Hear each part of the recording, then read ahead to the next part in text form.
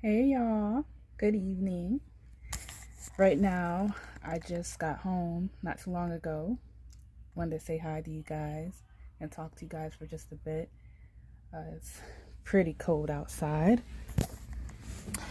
This is what I came in from. As you can see, it is wet.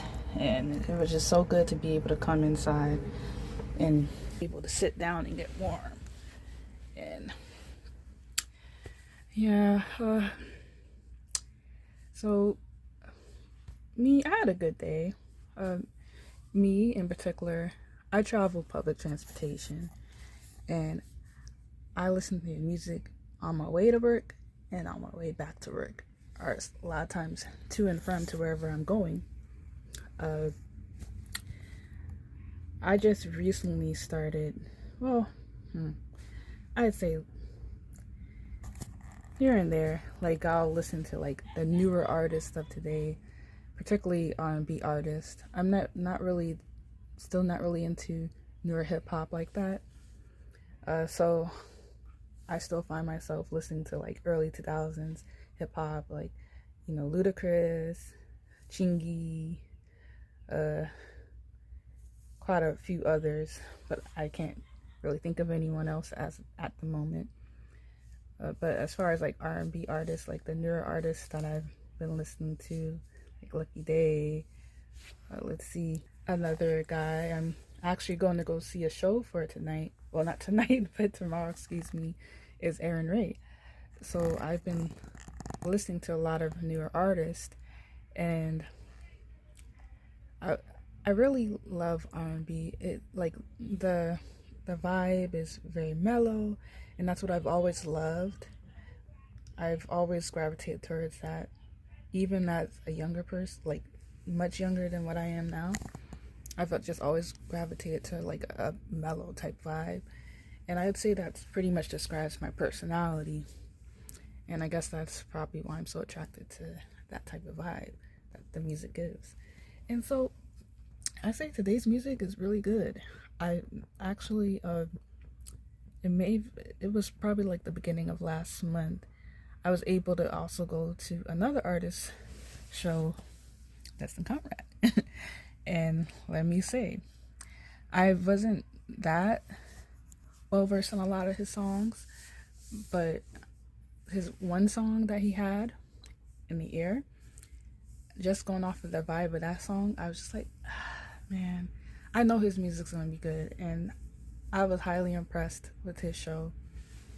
And he pretty much left that song to be the last song that he closed the show out for.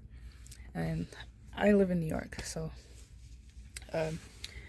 he was like, it was his first night performing in New York, and he did a really good job. The vibe of his music, if it's my constant mood, I'd say. So yeah, I listen to music every time I'm traveling, really, and that's a lot of time when I'm normally listening to it, because I don't really play it at home so much. Um, and yeah, he's one of my new favorite artists. I also love Masego, who's, I guess, jazz, R&B, in that little in between. Jazz is really like R&B comes, I believe it comes from jazz, and obviously it has very pretty much just the same type of flow. Um, so I love jazz too, and I've been listening a lot more to it just recently. So I'm gonna be going to the Aaron show tomorrow, but a question I have is, with the newer R&B,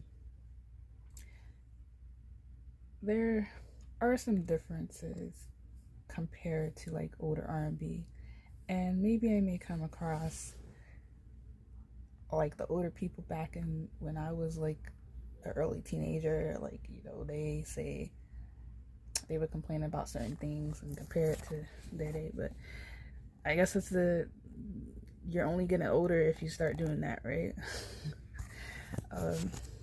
Like, here's one thing that I have noticed, that tends to be a constant theme.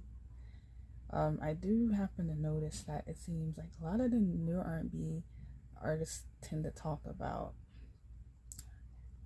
like sneaky links.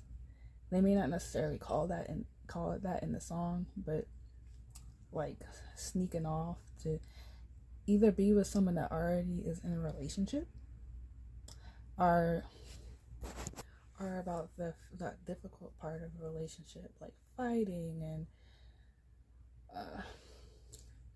like a lot of times a singer may be talking a lot about just breakups, and I won't lie, it is a little disheartening, you know.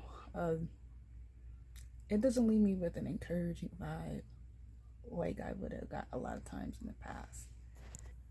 Like I can get the same warm feeling that I would have gotten from like a loose ends track, or like with the common theme of the toxicity in the lyrics. I'm just like thinking, is this a reflection of the culture that we're experiencing lately, like with the mindset of younger people not being able to have their guards down as easily as previous generations, where that would make someone make such vulnerable music? Is it considered cheesy to make music like that anymore? Like a Tevin Campbell records, where he has like just countless songs where he's just very vulnerable. Like it's pretty discouraging, especially for someone like me that happens to be single. And it's just like it, I feel like with dating, I've noticed that men tend to have a lot of that, like kind of like that guarded vibe, and they don't want to open up, they don't really want to text, and they're scared of being vulnerable. And I know that's not the case with everyone, because obviously there are couples, but I've noticed that a lot with my experiences. I just feel like people just think love is cheesy, and it's kind of frustrating and not as encouraging as the songs that we would have heard in the past.